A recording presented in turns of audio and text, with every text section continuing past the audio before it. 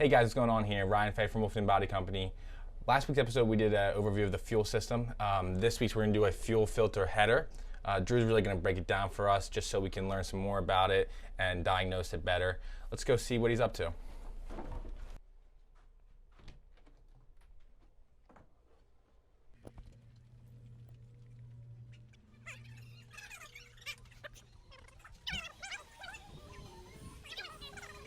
Well, there's no issues there. Here's Drew. Dig a little deeper and see if there's... Yeah, absolutely. All right. What's up, Drew? How you been, man? Just trying to diagnose stuff and fix the influx of stuff I got going on today. Just fixing stuff. So today I'm going to break down a fuel header. Sweet. You're probably like, oh, where is it? I left it over there. So I'm going to go grab it. Let's go grab that. And, I'll just break it down and kind of explain what's going on with it. Yeah. Anyway. So what does it look like? This is your fuel header. It's an aluminum guy. It's got some plastic pieces on it. It's actually, this is pretty much the whole foundation of your fuel system. It's actually pretty crazy what's going on through here. And the purpose of making this video is to really show the customers there is a lot to this. That the more you understand it, the easier it is to diagnose this vehicle. So this is for a 2010 DT only. So 07s do not have this. Do a lot of things go wrong with this certain part? Actually, in a couple different ways.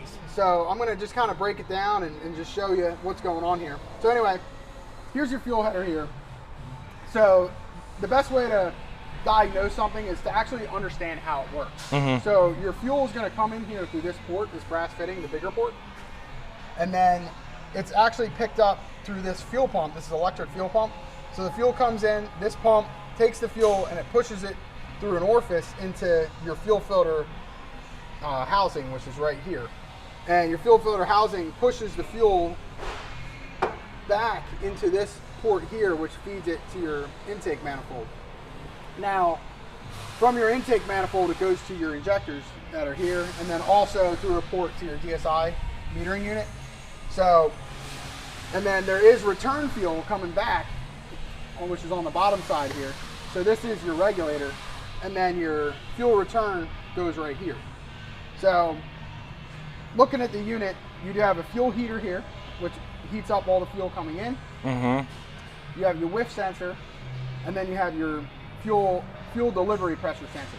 Now, this specific housing has two different fuel delivery pressure sensors, and it absolutely does matter which one is on your vehicle. Okay. So there is a brown one, brown in color, or I guess you can call it natural, as for a wiring diagram. Yeah. And then there's a gray in color. So the brown in color goes to 75 PSI, and then the gray in color goes to 100 PSI. What are we working with on that one? So 75? This is 75. So what would happen is if you were to get a new header per se, because you decided that it had a stuck open regulator, or you wanted to get a whole new pump. You just wanted a new header in general. Yeah, a new header. If you get a new header and it has a different sensor from what was original, you need to swap those sensors over. What happens if you don't swap them over? If you don't swap them over, what will happen is the ECM, there's a different impedance inside the sensor, so the ECM will see that there's too much fuel per se. So if you throw this header on an engine with a gray one, the ECM's going to go, hey, there's 125 PSI fuel pressure, and it's actually going to derate the engine, and it's going to throw a fuel delivery pressure out of range high. Okay. So let's just say it's not good. Yeah, so it's not good, and you'll have a lot of runnability issues. So you always want to make sure that is correct first, because I've seen guys throw multiple headers trying to address an issue like that, and it's just a matter of having the right sensor on there. Gotcha. So we'll go into this a little bit more in depth. So this is actually a preventative maintenance thing. So right here you have your electric fuel pump. So generally there's these 3 8mm bolts that are in top of this pump. Yeah, keep it down. Absolutely. So when you service this, you need to make sure you actually put these to the proper torque, or just have them snug. Don't force them down with an impact, because there are little gray tabs inside this housing. Okay. This is where I get fuel on my face. Oh, there we go. So these little tabs will snap if you over tighten them, and then at that point you have to buy a whole new header. So which is expensive. Yep. So inside this header, you'll see there's a little bit of fuel and what looks like a little bit of dirt and sediment. Yeah. That is perfectly normal. So that is actually, it comes from your fuel tank. So to combat that, you have something called a fuel screen, which is actually built into the electric fuel pump here. So this screen actually pops off. I'm gonna actually grab a screwdriver. And it takes a little bit of finessing, so I kind of just... You just gotta do a little bit of finessing here. You want to work it out evenly each tab. Did you lube it up? Oh, it should already be pre-lubed. But this is where I... Sorry, lubed up. Where I become famous, where I punch myself with a filter. Let's make a blooper here, guys. This is gonna be like when you open up the bag of chips and it finally decides to open and you throw them all over your living room. This is what it looks like at Drew. This is only at dinner time when he's trying to open up. This is only happening because I'm on video. Usually I'm actually pretty quick about this. Usually he gets this done in under 2 seconds. Hey! Oh! So anyway, you can buy this. It's actually called a screen. You can buy this separately.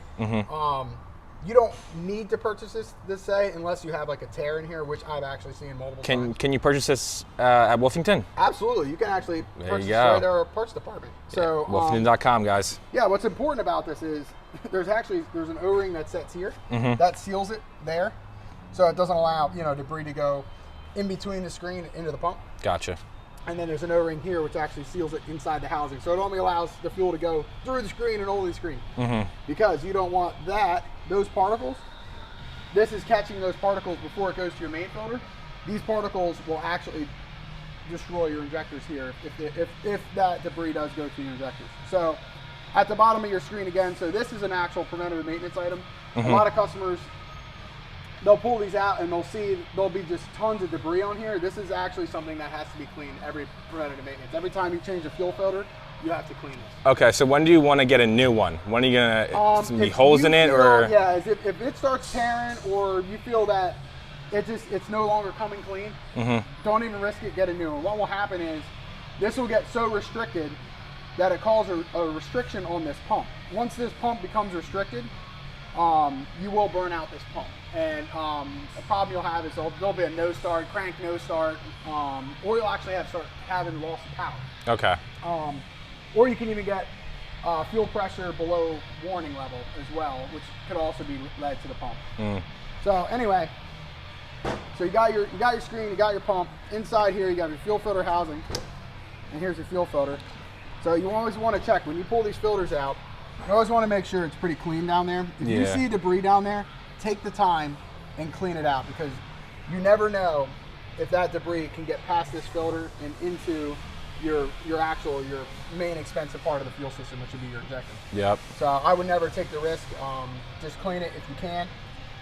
So anyway, from this header, your fuel's going to go 2 ways. It's going to go into the manifold or out this regulator. So this regulator is regulated at 125 psi, or actually more like 120. I have seen them up into 125 range. The way to test that is right here. There's a rubber cap. So this is called a fuel pressure CompuCheck fitting. So you would hook your mechanical gauge to that, and at initial key on with engine off, for the first 15 seconds, you should see 100 psi with your gauge.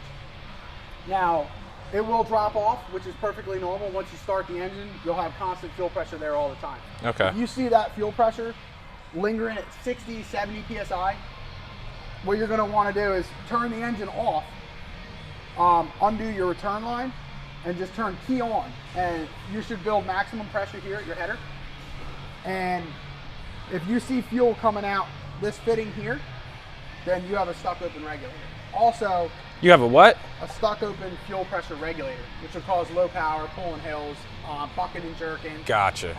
Okay, makes more sense. Yeah, a lot of drivability issues. And then on your header, you also have your fuel drain, which I don't know if there's any fuel in here. I kind of drained it out pretty good for you. But yeah, so anyway, a lot of people drain their fuel drain, before doing filters. And you can get those filters at Wolfington as well, absolutely, correct? Yeah. There actually might be a kit where you can get your filter and your strainer. There you go, guys. Check it out. Yeah, it's almost Wolfington.com. like it's meant to be, man. So yeah, so it's just one thing to notice. So you want to pay attention to your sensor you got. You always want to pay attention to your regulator. They do sell a regulator rebuild kit. My recommendation would be to do a whole header if you ever need to. If you do the whole header, probably comes with a better parts warranty, as well as you just have that peace of mind that everything's new, and you know, this is your main foundation before you get to your high dollar components, which would be your injector. Gotcha. Yeah, but that's pretty much your fuel header in a nutshell. Wraps it up. You know, if you guys have any questions, please throw the comments down below. I will probably be doing next week.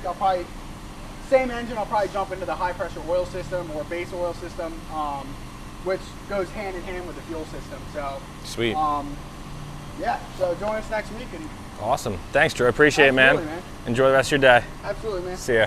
Yeah. Hey guys, I just wanted to reiterate on this. I don't know if my first take, if I said it wrong or not. I might have. The brown sensor is 100 psi, so that it maxes out at 100 psi range. Regulators at 125 or 120, we'll say. So if you get a brown sensor, it will read up to 100 psi in the ECM if you're watching Service Max. If you get a gray sensor, it will max out at 75 psi. If you get the sensors crossed over, you will have codes for fuel delivery pressure above desired or below desired, or out of range, high or low. So just keep in mind, the sensors do matter on which header you have. So take care, guys.